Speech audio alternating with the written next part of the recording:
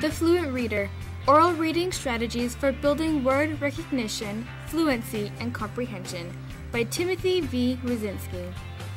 In order to advance in their reading skills, students must first become fluent in reading before comprehension will occur. This book has several excellent ideas for teachers to help their students develop fluency. The following are a few chapters we felt important.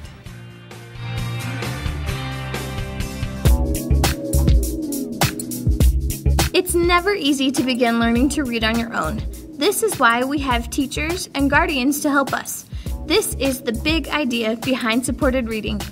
As a teacher, when you are trying to implement supported reading, it is especially important to remember the different strategies of oral reading. The students can participate in choral reading, paired reading, echo reading, or line a child. Choral reading involves all students reading the story at once or in a small group. The students can do this in a sing-song voice to a tune presented by the teacher. Line a child is another form of choral reading where each child reads a line individually, usually from a rhyme or a poem, and the rest of the students read the final line or lines together. Paired reading includes a student and a more advanced reader. The student chooses the story that they would like to read.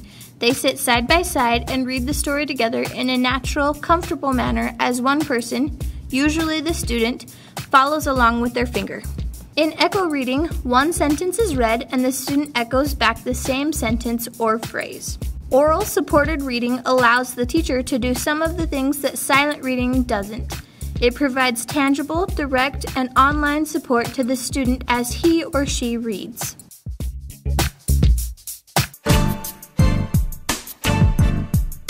Repeated reading is a powerful tool that allows students to practice their oral reading skills.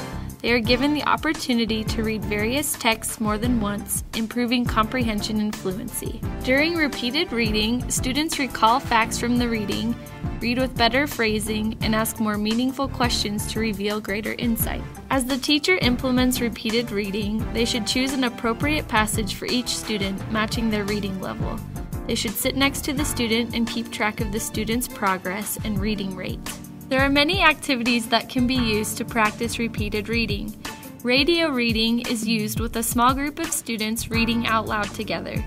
They are assigned parts to read beforehand, they practice those parts, and then they read together. Mumble reading is where students pick up their fluency phone and read only to themselves. The phone allows the student to hear what they are reading, making improvements as they become aware of how they read. Independent reading partners allow students to find a quiet, comfortable spot away from distractions.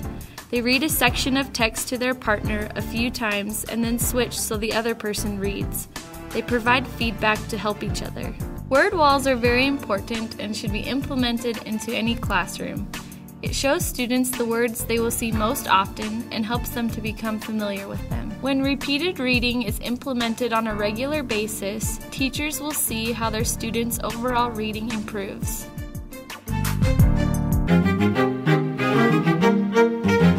Performance reading is a powerful instructional tool because it requires students to use repeated reading in preparation for their performances and to read for meaning and understanding before and during their performances.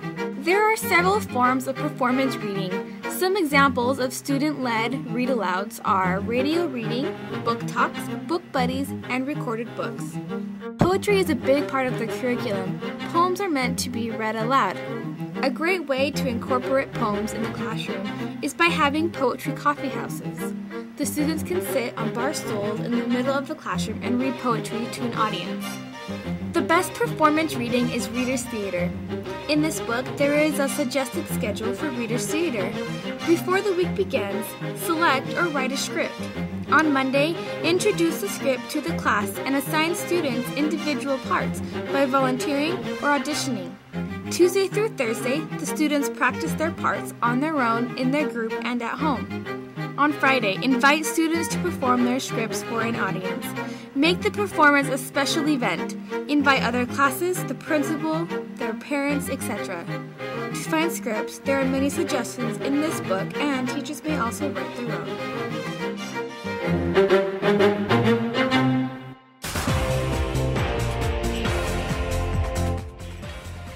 Welcome back to Teacher Talk Radio. Joining us today is Valerie Fox, who just finished reading the Fluent Reader for the 100th time.